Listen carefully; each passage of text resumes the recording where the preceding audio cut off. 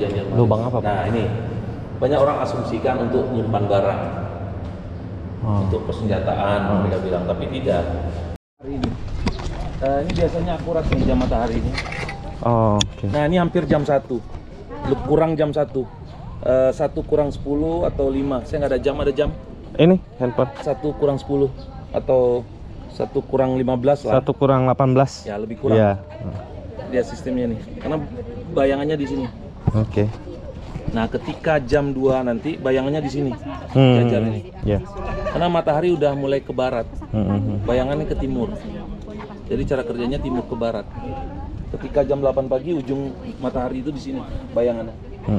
Matahari semakin lama semakin naik, mendekat. Jam 10, jam 11, jam 12 hampir hilang. Kenapa hampir hilang? Tengah-tengah. Karena Bengkulu tidak dilewati garis khatulistiwa. Oh. Jadi ketika jam 12 siang kalau yang dilewati garis ekuador pasti hilang bayangan. Pasti hilang ya. Tapi dia nggak hilang, hampir hilang aja. Masih nongol sedikit. Oh ya Pak, ya Pak. Kita ke situ bagus tuh. Dari sekian banyak ruangan itu yang paling unik. Oh, oke.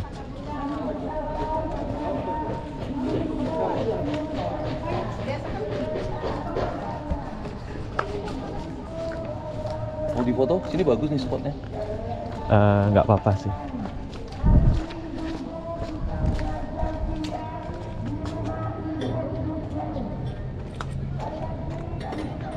Sini bagus nih.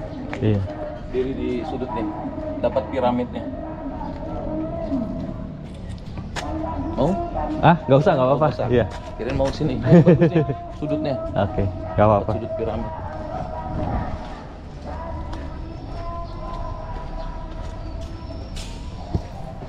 Dari sekian banyak ruangan ini yang paling unik, tanpa pengeras suara kita udah seperti pakai sound system. Bergema. Beda dengan ruangan yang sudah kita masuk dua tadi.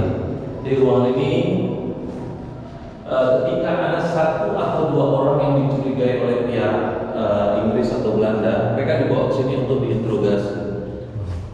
Jadi dengan tekanan suara seperti ini ya mereka pasti dong lah. Jadi beda dengan ruangan yang sudah kita masuk tadi. Ruangan interogasi. Ya. Di bergema ya. Nah ini kalau kita asumsikan pasti kita asumsikannya ini identik dengan sel ya? Iya. Tapi tidak. Ini bukan sel. Tidak. Ini hanya barak militer.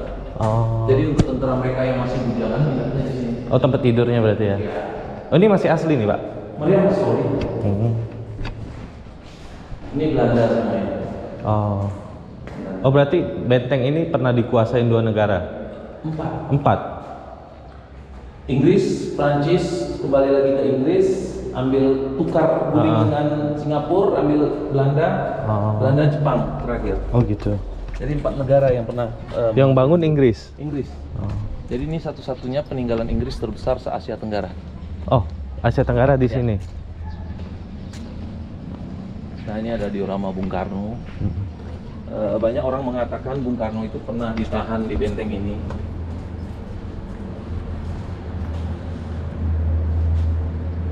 Inggris cukup lama di Bengkulu. IC ini Inggris, East Indian Company Inggris. Kalau Belanda kan VOC. 140 tahun, sebenarnya 137 tahun, yang 3 tahun lagi Prancis tapi tidak tercatat.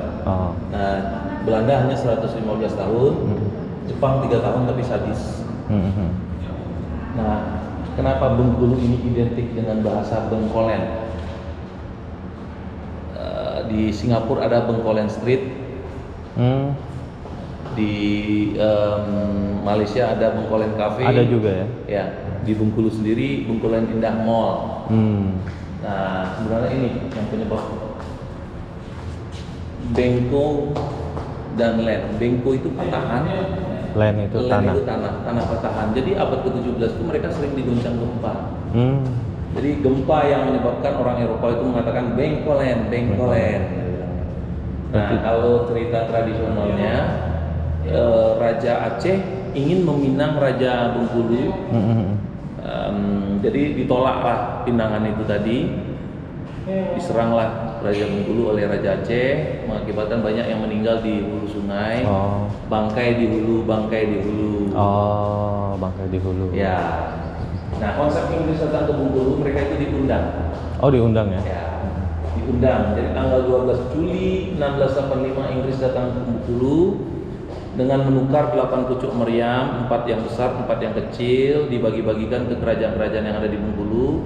Tanda dimulainya perdagangan Bengkulu dengan Inggris. Oke. Nah, Bengkulu ini di bawah Kesultanan Banten dulunya. Oh, ini masih masuk Banten? Iya. Dulunya di bawah kekuasaan Kesultanan Banten. Makanya di Banten itu Inggris terusik, mendengar hal itu diundang oleh kerajaan-kerajaan yang ada di Bengkulu. Jadi Inggris itu diundang. Nah, ini pemimpin-pemimpin Inggris semasa berada di Bengkulu. Termasuk ini Queen Anne. Ya, Ratu Anna, itu ada bentengnya di Muko-Muko. Wow. Itu benteng ketiga yang dibangun Inggris di Bengkulu. Siapa?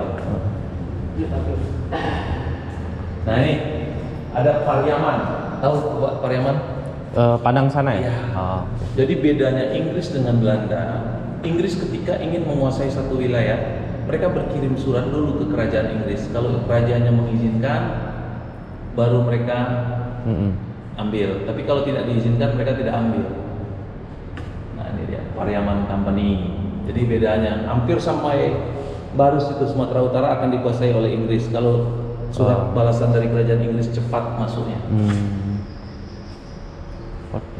Nah, ini yang saya katakan tadi, Prancis tadi.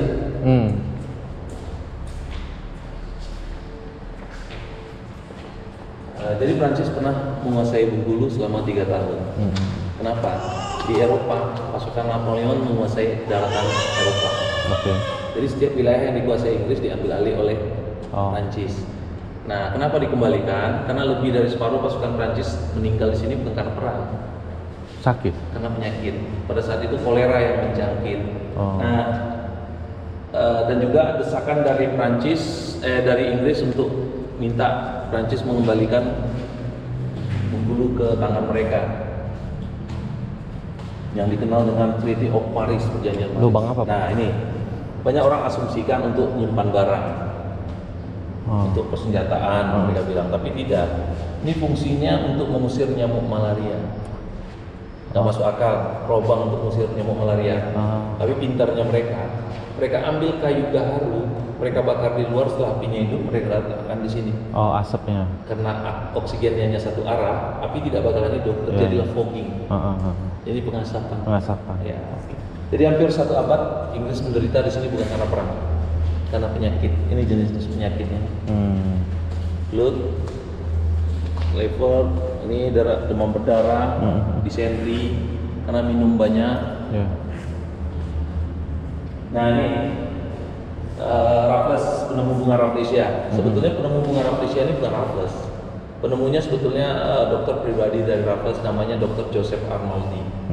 Kebetulan beliau ini seorang gubernur. Ya, jadi dia yang menghargai gubernur, dikasihlah Rafflesia Arnoldi. Raffles tidak ada keturunannya. Istrinya meninggal di Bogor, anaknya meninggal 5-5-nya di Bengkulu. Nah, ini kalau tidak ada perjanjian antara Inggris dengan Belanda, Bapak dari mana? Bangka. Iya. Bukan Belitung ya? Bukan Bangkanya. Iya. Jadi kalau tidak ada perjanjian antara Inggris dengan Belanda, Bengkulu dan Belitung akan jadi negara Commonwealth, bukan Bangkanya ya. Iya, Belitung. Itu akan jadi negara Commonwealth, negara kesemakmuran, bisa jadi seperti Singapura. Kayak Singapura ya. Di Malaysia. Jadi yang dikenal dengan Tratah of London, pertukaran antara Bengkulu, Belitung dengan Semenanjung Malaka, Sarawak dan Brunei. Jadi kalau nggak kan dari Belitung ke Bangka, udah keluar negeri.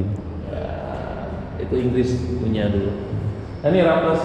Jadi kalau Bapak jalan ke Singapura, ada Collins Street, Raffles itu berdiri seperti ini. Oke. Jadi percis berdirinya seperti ini. Kalau berdasarkan catatannya, dia lahir di Jamaika. Dia punya rumah 13 mil dari benteng ini. Dia punya perkebunan luasnya 4 kilo, panjangnya 6 kilo. Di situ ada 200 ekor ternak. Sayangnya Raffles tidak mencatat arah rumahnya. Timurkah, baratkah, selatankah, utarakah. Kalau 13 mil itu lebih kurang 25 kiloan. Nah, kan dekat berarti dari benteng ini. Sayangnya dia tidak mencatat arah rumahnya. Jadi nggak tahu. Termasuk yang berrezeki lah ketemu dengan seorang peneliti, sangat beruntung. ada peneliti dari London, dia menyatakan arah rumahnya ini ke arah selatan. Kenapa? Masyarakat setempat masih menggunakan bahasa Inggris keseharian. Seperti school, blanket, pocket, ruler, ball, stum, socks masih digunakan. Nah, kemana buat ke school? Naik apa? Naik stum. Minta uang ambil di pocket. Oh gitu. Iya. Sayangnya dia tidak mencatat arah rumahnya. Jadi bahasa Inggrisnya masih kental ya? Masih kental. Kalau dari pemberian nama pun masih kental. Seperti Stewart, Henry, Richard masih digunakan di situ. Ada keturunan Inggrisnya? Iya, makanya saya bilang kalau mau lihat ganteng dan cantiknya orang Bengkulu, lihatlah di mana. Di Seluma Manakau. Oh gitu. Ya, karena gen Eropa Inggris. Ada itu di sana. Nah, ini ada